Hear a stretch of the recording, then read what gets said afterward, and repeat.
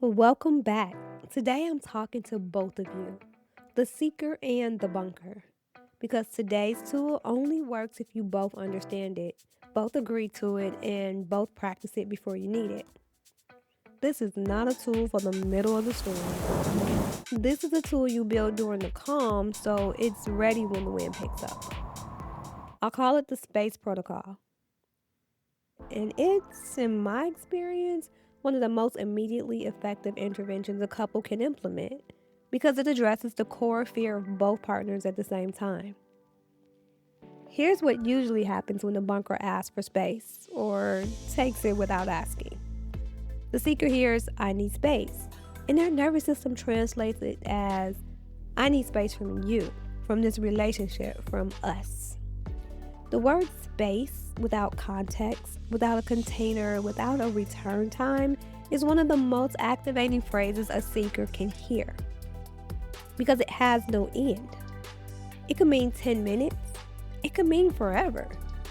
And to a nervous system that is wired to fear abandonment, open-ended feels the same as never coming back.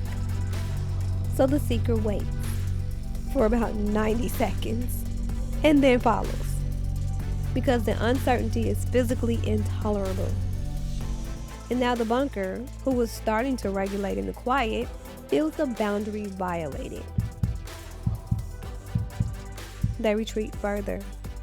The seeker feels more petted, and the cycle escalates into something neither of you wanted. The problem is not that the bunker needed space. That was legitimate. The problem is that the space had no container, no agreement, no promised return. And without that structure, the seeker's nervous system could not tolerate it. The space protocol builds the container. Here's the protocol step by step. Step 1, the signal. When the bunker feels themselves approaching their threshold, before the full shutdown ideally, they use whatever signal you've agreed upon.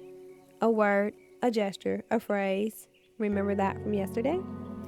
Something that you both understand means, I'm at my limit. I need to step back, and I'm not leaving the relationship.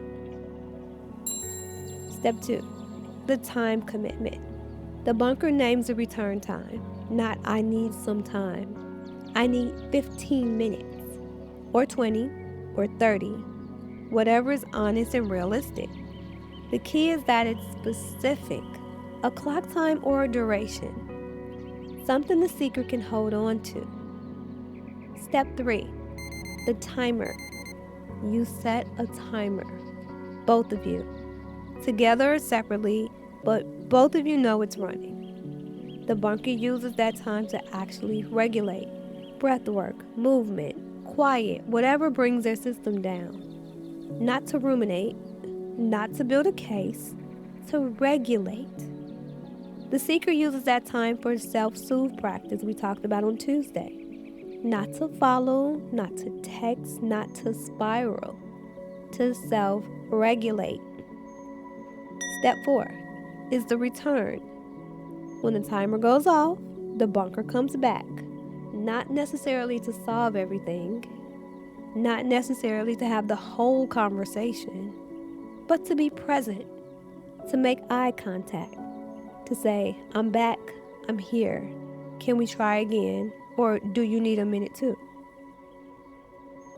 The return is the most important part because it teaches the seeker's nervous system space is temporary.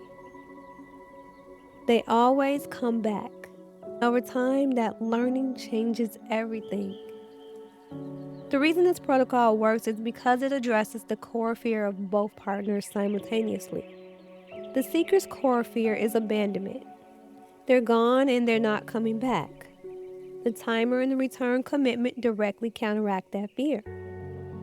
The silence now has a shape, an endpoint, a promise, and a nervous system can tolerate a defined pause in a way it simply cannot tolerate open-ended silence.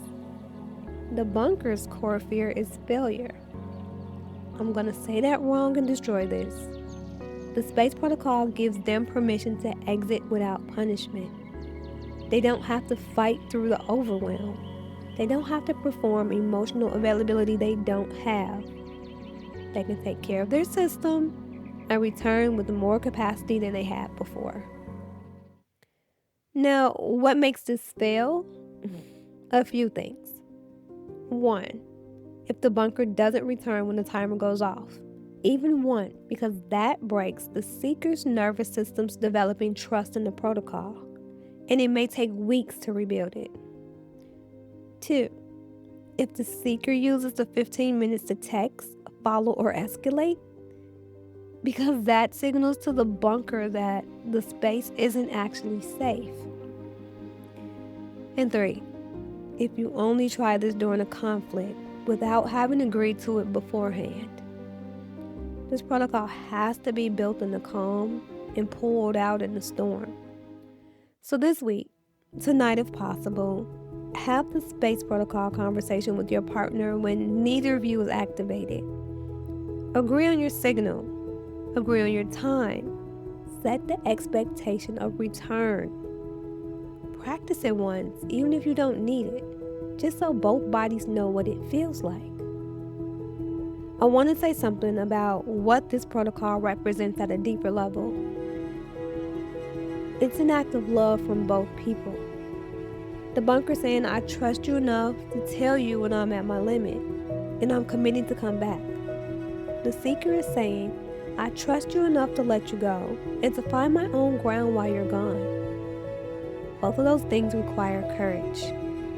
Both of those things are acts of relational repair even before the conversation happens. And every time the bunker returns, every time the timer goes off and they walk back into the room, the seeker's nervous system learns something new. It learns that space doesn't mean loss. And that one lesson, repeated over time, can fundamentally rewire the loop. Tomorrow, I'll be walking you through the free Spiral Reset audio, how to use it, when to use it, and why it works as a standalone tool in exactly these moments. I'll see you then.